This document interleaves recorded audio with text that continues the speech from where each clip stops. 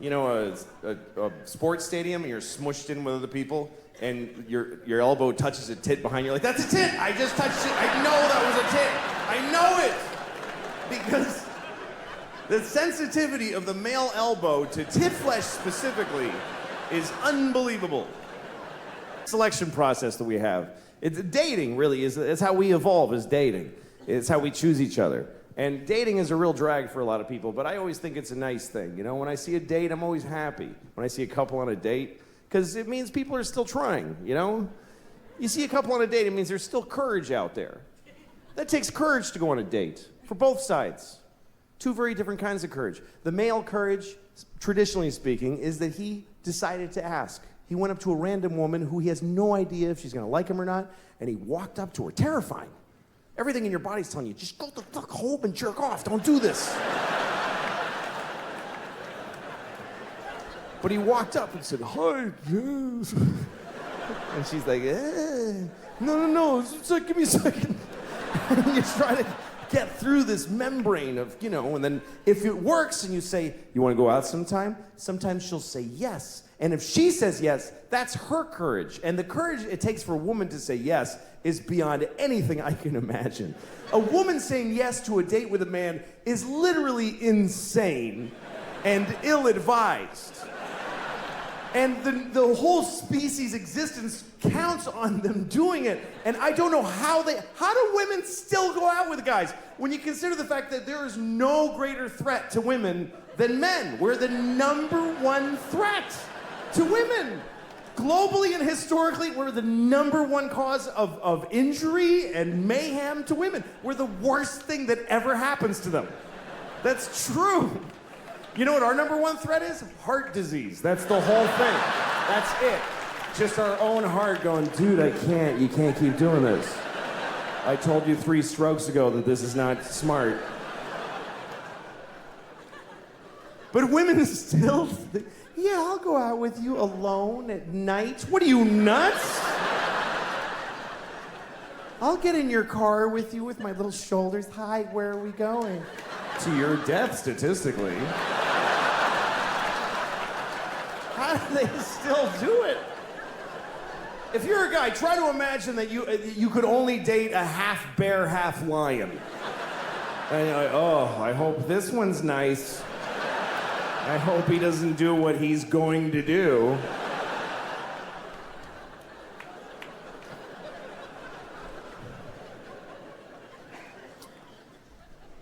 I love when I see a date. You know, you see a date, you can tell it's a first date because the way they're walking together, and she's looking up at his face, trying to figure him out, and he's just a mess.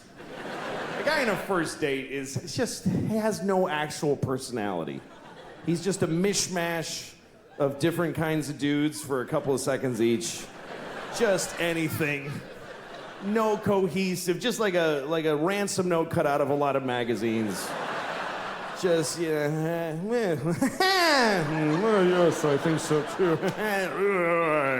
Whatever, just like a blind dick in space, just thrusting in infinite directions, hoping to find pay dirt at some place. And then sometimes you see a date that's later down the line and something has happened. There's something that happens in a date that I never get to witness, because women do this. They get to do it inside. They get to just decide quietly, I'm gonna let him fuck me. They just get to decide. Something he says, and she's like, that was good, he's gonna fuck me later. And he has no idea. He's still like trying all this shit. He still has no idea he's already in there.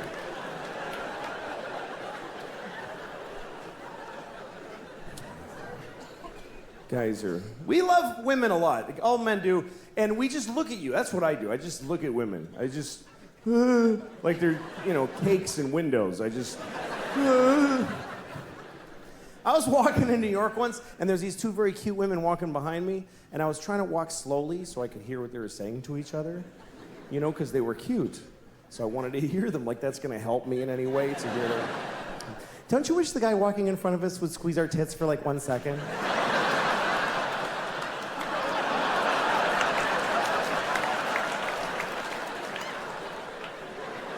Okay.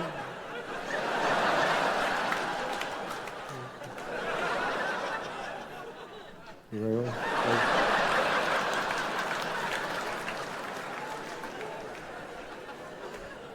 really a flaw in men that we would all do that. If you're a woman, you could ask any guy on planet Earth, can you squeeze my tit for 1 second? And 100% of us will go, oh yes, of course. That doesn't matter. I could be doing open heart surgery. Oh yeah, okay. Oh, don't worry, he's not your tits, don't worry about it. I don't know why we love tits so much. Some people say it's because we breastfeed, but so do women. Or, baby women. Not grown-up women don't usually. You don't see like a 68-year-old woman, like a stately look, like Sigourney Weaver, like sucking milk out of a young woman's tit. Thank you, Deborah. I'll see you tomorrow, 2 o'clock. It's not usually the thing, is the elderly breastfeeding from the young. Except for at the end of The Grapes of Wrath, which I don't mean to ruin that book for you, but you should have read it by now. I don't know if you read The Grapes of Wrath, but that's how it ends, with an old dying man sucking milk out of a young girl's tits, and then the book is over. And you're like, Jesus, what happened at the end there? That's crazy. There's no other book in that genre. There's no dense, historic classic that ends with a weird, porny paragraph at the very... And then Anna Karenina shat on his chest. Holy moly with that!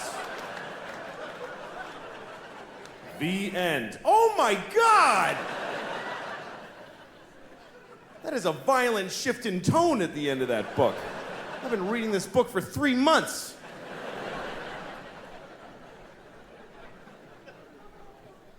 But we do, we love tits. And you always know a tit. You always know a tit. You ever been in a crowded place, like a subway or a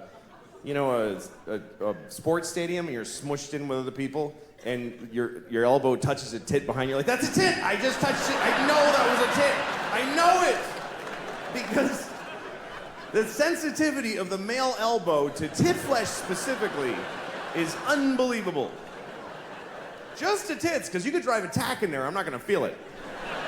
But a tit, through a shirt and a sweater and a jacket, and her jacket, sweater, shirt, and bra, somehow, it's a tit, I touched a tit. I touched a tit.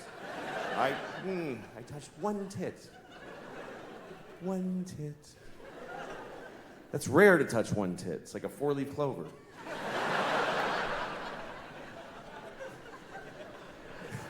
Usually you touch it. The only time you touch one tit is when it was an accident or you didn't have permission. But otherwise, when tit access is granted, it's usually good for 2 tits at a time.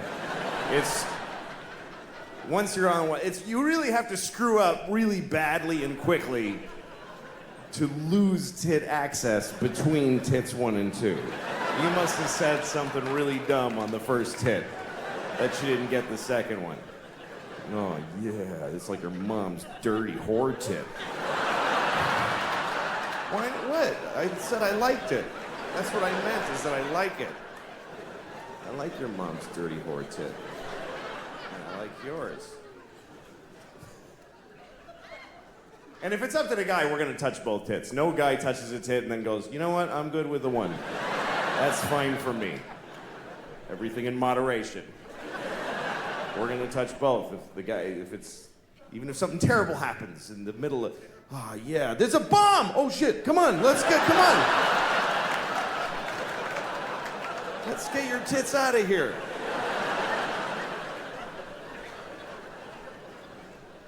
I've seen a few tits. I've seen, 48 maybe, I don't know. I've had my history in my life, I've been divorced for 5 years, and it's been the best part of my life, being divorced. Easily my favorite part of my life. I love being divorced. Every year has been better than the last. And this is the only time I can say that about. And by the way, I'm not saying don't get married. if you meet somebody, fall in love and get married, and then get divorced, because that's the best part. It's the best part. Marriage is just like a larva stage for true happiness, which is divorce, because you just let go and everything's fine now. Divorce is forever. It really actually is. Marriage is for how long you can hack it. But divorce just gets stronger like a piece of oak. Nobody ever says, oh, my divorce is falling apart, it's over, I can't take it. And again, if you're in a good marriage, stay in it. If you're in the best marriage ever, stay in it. I'm just saying, if you got out, it would be better. That's just a fact. I'm sorry, but it's true. Everything's better. My ex-wife and I, this is the best part of our knowing each other. We're good co-parents because we live apart and we're friends. Our kids go to her half the week, they come to me half the week. And I'm a good father. I'm an attentive, focused, and responsible father. Do you know why? Because I get to say goodbye to these kids every week. Are you shitting me? It's like every parent's fantasy. Who can't be a good father for half of every week? No matter how bad it gets, every Wednesday I get to go, goodbye, girls. Daddy's gonna go upstairs and pour whiskey all over his naked body right now.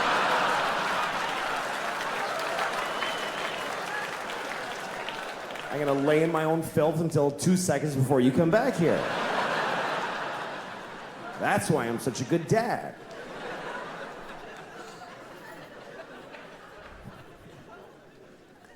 My daughter was having a dance thing at her school. They had this big dance. Anyway, we all went, all the parents, and everybody's there, and everybody's got their phone. Every single parent. It was an amazing thing to watch, because kids are dancing, and every parent is standing there like this. Every single person was blocking their vision of their actual child with their phone. And the kids, I went over by the stage, and the kids, there's people holding iPads in front of their faces. It looked like we're all in the witness protection program. Like the kids can't see their parents. And everybody's watching a shitty movie of something that's happening 10 feet. Like, look at your fucking kid. The resolution on the kid is unbelievable. If you just look, it's totally HD. Why are you taping this? You're never gonna watch it. In a million years, you're not gonna watch videos of your kids doing shit you missed the first time it happened. You don't watch it, you just put it on Facebook. Here, you watch it. I wanna take a nap now. And then you get to read all the comments. Oh my God! It's so cute!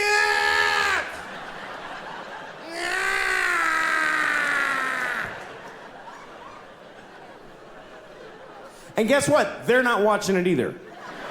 They're not watching the video. These kids are dancing for no one. Nobody watches the videos on your Facebook. They see the first frame of a kid and they go, ah, that's very nice. Okay, back to this.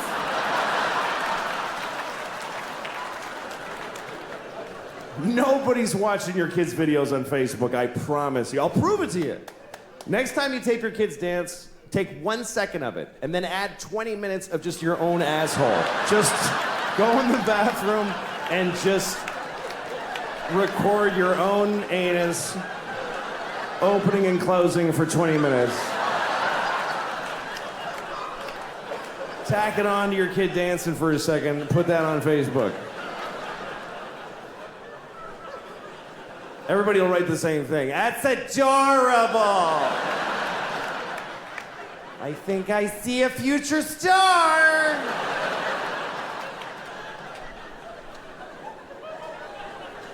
Don't tape shit on your... Life is short. Life is very short. I like life. I like it. I feel like even if it ends up being short, I got lucky to have it, because life is an